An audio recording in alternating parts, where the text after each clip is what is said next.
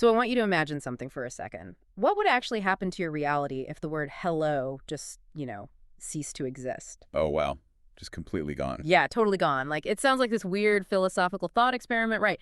But think about the cascading effects of that. Right, because if you can't greet someone, you basically can't acknowledge that they're even there. Exactly. And if you can't acknowledge their presence, this huge fundamental pillar of human connection just kind of vanishes into thin air. It's a complete breakdown. It is. And today we are taking a deep dive into a scenario where a total collapse of language literally threatens to erase an entire world. Yeah, and the source material we are unpacking today tackles this massive existential threat in a surprisingly whimsical package, honestly. It really does. We're looking at excerpts from a story called Mission Monkeys, the rescue of the floating library. Right. And on the surface, I mean, this presents itself as this fun, sky-high adventure featuring these monkey-sized characters just having reading fun. Yeah, very colorful, very cute.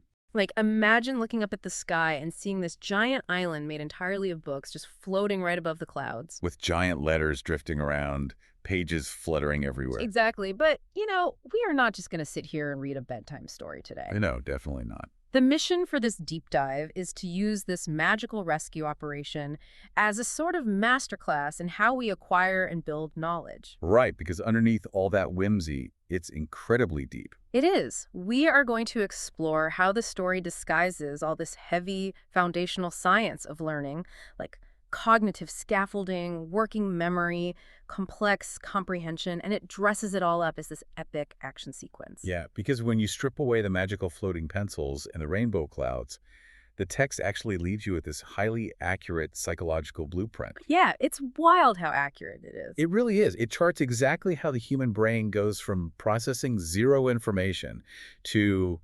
achieving really abstract emotional comprehension. So let's just jump right into it. The inciting incident sets the stakes immediately in this story. Right. No wasting time. Our heroes are the mission monkeys. Their names are Meek, Mila, Mia, and Milo.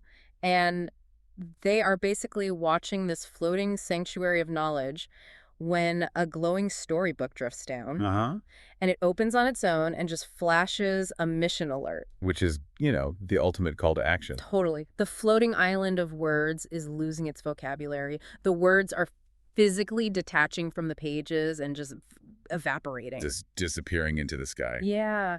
And the story gives us really concrete evidence of the fallout here. Like, we see a little bluebird shouting HLP because it has literally forgotten how to say hello. Right, which goes back to your intro. Exactly. And then there's this giraffe left staring at a sign that should say welcome, but instead it just reads like blank, blank, blank, come.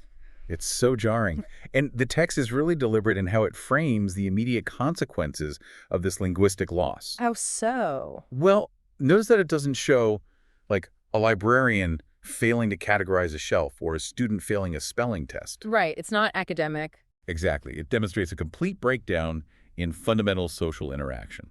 The best analogy I could think of for this is a catastrophic infrastructure failure. Oh, I like that. Like a power grid going down. Sort of, but more specific. Imagine waking up and finding that every single street sign, traffic light, and road marking in your city has just vanished overnight. Oh, man.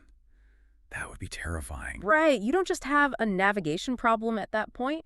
You have absolute social chaos. Yeah. Drivers wouldn't have any idea who has the right-of-way at an intersection. Exactly. And pedestrians wouldn't know where the safe crosswalks are. It'd be a nightmare. Total gridlock and danger.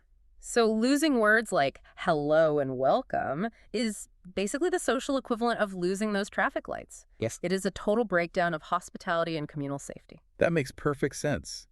And the explicit lesson established in the text here is that, quote, words help us communicate and tell stories. But by framing the loss of these specific words as an existential threat to the island itself, the story is illustrating a much deeper cognitive truth. Which is? Well, without foundational language, our ability to connect and navigate our environment just completely unravels. Wow, yeah. And if we apply this to adult learning, which, is the exact same mechanism, Think about what happens when you enter a highly specialized environment. Like starting a new job in a totally new industry. Exactly. Say you walk into a legal proceeding or a really complex tech seminar, Hmm. and you lack the foundational vocabulary. You're lost. You experience profound intellectual and social isolation. You can't engage. You essentially cease to exist in that specific reality. You're just a ghost in the room. Basically, yeah. So obviously, to prevent the island from vanishing entirely, the monkeys have to act. Right. But the narrative structure doesn't just let them wave a magic wand and poof, wish the library back into existence. That would be too easy. Way too easy. They have to actually rebuild the language, and they are forced to do it from the absolute ground up. Because recognizing that social collapse forces a structural rebuild, right? Yeah. The characters have to engage in what educational psychologists call instructional scaffolding. Scaffolding. I love that term. Yeah, it's perfect here. You simply cannot leap straight into complex narratives or philosophical debates when the underlying architecture of the language is fractured. So let's look at how the story visualizes this scaffolding, because I think it's really clever. It really is. The very first clue the monkeys encounter is this floating book displaying the letter B, then a blank space, and then two L's. B blank L L. Right. And floating nearby are three giant letters, an A, an O, and a U. Okay. So Milo looks at the options, asks what letter belongs, and he correctly identifies the A. Uh-huh. They catch this glowing letter, they slot it into the word, and it becomes ball. There's a loud pop, and the completed word just floats safely back into the book. It's a great little moment. It is, but I actually have to push back a little on the pacing of this crisis here. Oh, how do you mean? Well, we just established that an entire world is actively disappearing. Right, the stakes are huge. The stakes are apocalyptic for this environment. So why on earth does a world-saving rescue mission start with something as microscopic as filling in a single solitary vowel? I see what you're saying. It just feels artificially small when the entire system is collapsing. Like, why not tackle a systemic fix first? It's a fair question, but this micro-level approach is actually the only scientifically sound way to halt the collapse. Really? Yeah. This specific challenge perfectly mirrors a core principle of cognitive load theory. Okay, break that down for me. So the human brain has a very limited working memory. It's like RAM in a computer. Right. If your working memory is entirely bogged down by trying to decode abstract symbols, like if you're just trying to figure out what a single letter sounds like, you literally have no cognitive processing power left to understand a story. Oh, wow. Let alone save a magical library. That makes total sense.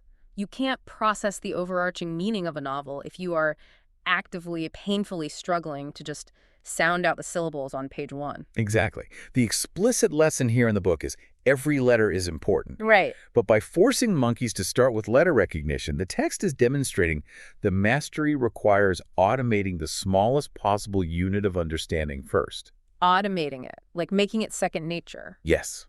Once recognizing the letter A becomes completely automatic, it frees up your working memory to focus on the next level of complexity. Which would be semantic meaning, right? Exactly. Which naturally scales up the difficulty perfectly to clue number 2. Yeah, the clouds. Right. So the monkeys encounter this giant cloud displaying 3 pictures. There's an apple, a car, and a dog. Okay. And floating nearby are the 3 corresponding text words, D-O-G, A-P-L-E, and charar. So we are moving from the abstract symbol of a single letter to actual whole objects. Yes, but the story introduces this really great comedic glitch here. Me, one of the monkeys, gets a little confused and accidentally matches the word DOG to the picture of the apple. Right, which is a classic category error. Exactly. He's basically confusing the signifier with the signified. But the reaction from the rest of the team is what really stands out to me. Yeah, how do they handle it? Well, everyone laughs, but there's absolutely no malice in it. It's not mean. That's important. Mila just smiles and gently says, let's match them correctly. And then they collaborate. They fix the mistake together, placing the word apple to the picture of the APLE, car to car, and dog to dog. And then there's a big payoff, right? Huge. The cloud responds with this giant oof and sparkles with all these rainbow colors. I love that. And Yeah. honestly, the inclusion of Meek's mistake is one of the most sophisticated elements of this entire source material. Really? Just a simple mix-up. Yes, because it actively destigmatizes errors. Oh, I see. Think about adult learning environments, like corporate training or, I don't know, trying to learn a new coding language. Oh man, coding is so stressful. Exactly. If a system crashes or a manager yells at you every single time you make a small mistake, your brain just floods with cortisol. The stress hormone. Right. And anxiety fundamentally blocks the brain's ability to absorb any new information. That is so true. Like, if the floating island had cracked in half and started crumbling just because Mick put the word DOG next to an apple, the entire learning process would become utterly terrifying. People would just stop trying. So the text reinforces one of its explicit themes right here, learning through play. Right, because the mistake creates levity rather than panic. Exactly. And it prays another stated lesson from the book.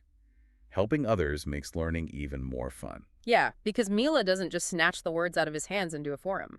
No, she guides the group to fix the error collaboratively. It establishes this really strong psychological safety. Which is huge. It proves that correction is simply a normal step in the learning journey, not some fatal failure condition. And having that psychological safety is so crucial because just having static meaning, just pointing at pictures and naming them, that really only gets you so far. Right. Isolated words don't build realities. Exactly. To actually restore the library's physical structure, the monkeys have to figure out how these puzzle pieces interact with each other. They have to put them in motion. Yes, which pushes them into the next phase of the mission. We are moving from static objects to actual action. Because semantic meaning is really only the raw material.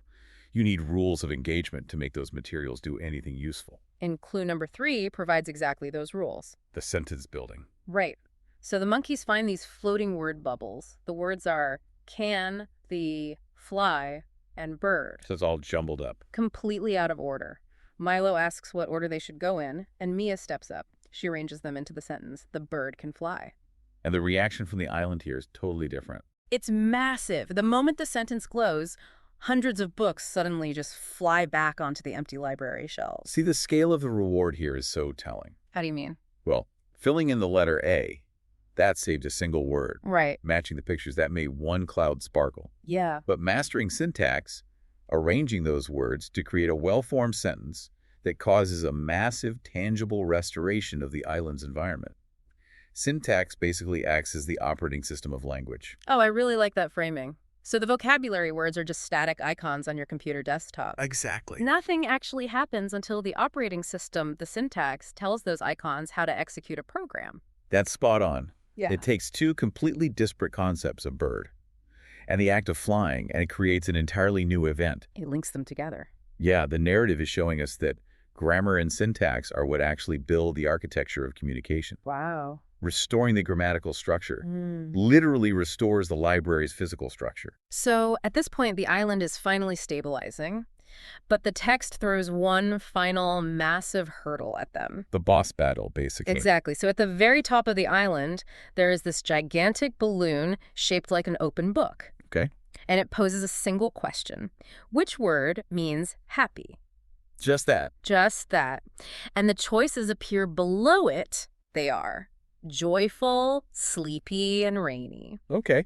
The monkeys all shout joyful, the balloon smiles, and it just bursts into thousands of sparkling letters that cascade down and refill every single book on the island. Incredible visual. It is, and the mission is accomplished. But, I'm going to play devil's advocate heavily on this one. Oh boy, okay, let's hear it. They just rebuilt the structural reality of the island by mastering syntax, right? Right. Why on earth is the ultimate climax of this epic adventure just a multiple-choice synonym test? It does seem a little anticlimactic on the surface. Right. Can you really teach complex concepts like emotional intelligence or empathy through a multiple-choice vocabulary question?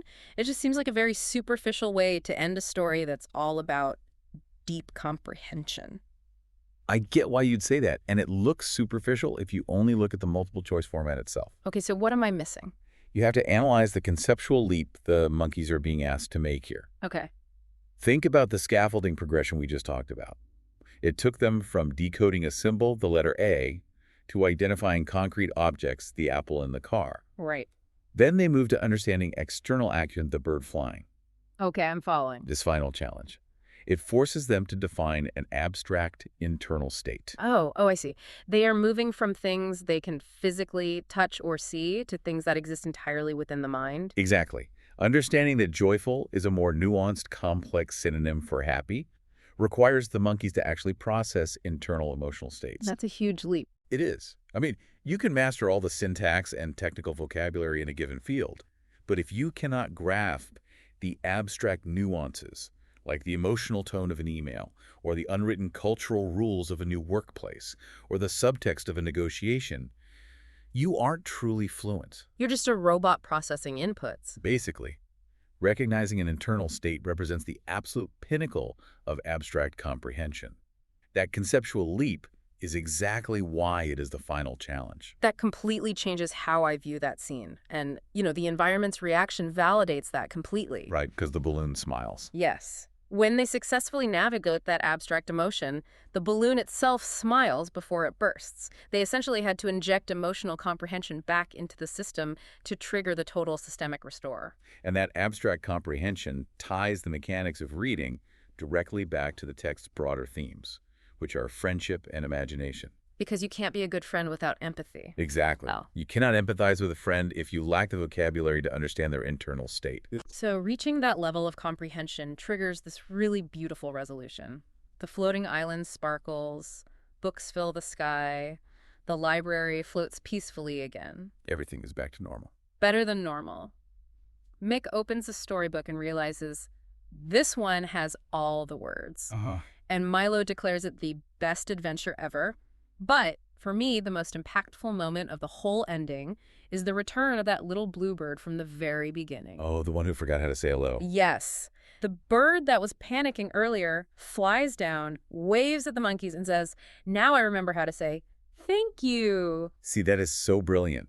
The narrative loop closes, but it doesn't just return to the exact same status quo. Right. It evolved? Exactly. The bird's language shifts from a basic transactional greeting hello to a complex expression of gratitude thank you. The environment hasn't just been restored, the vocabulary has actually been enriched. Because the monkeys actively engaged in the material. They didn't just sit back and watch the island get saved by someone else.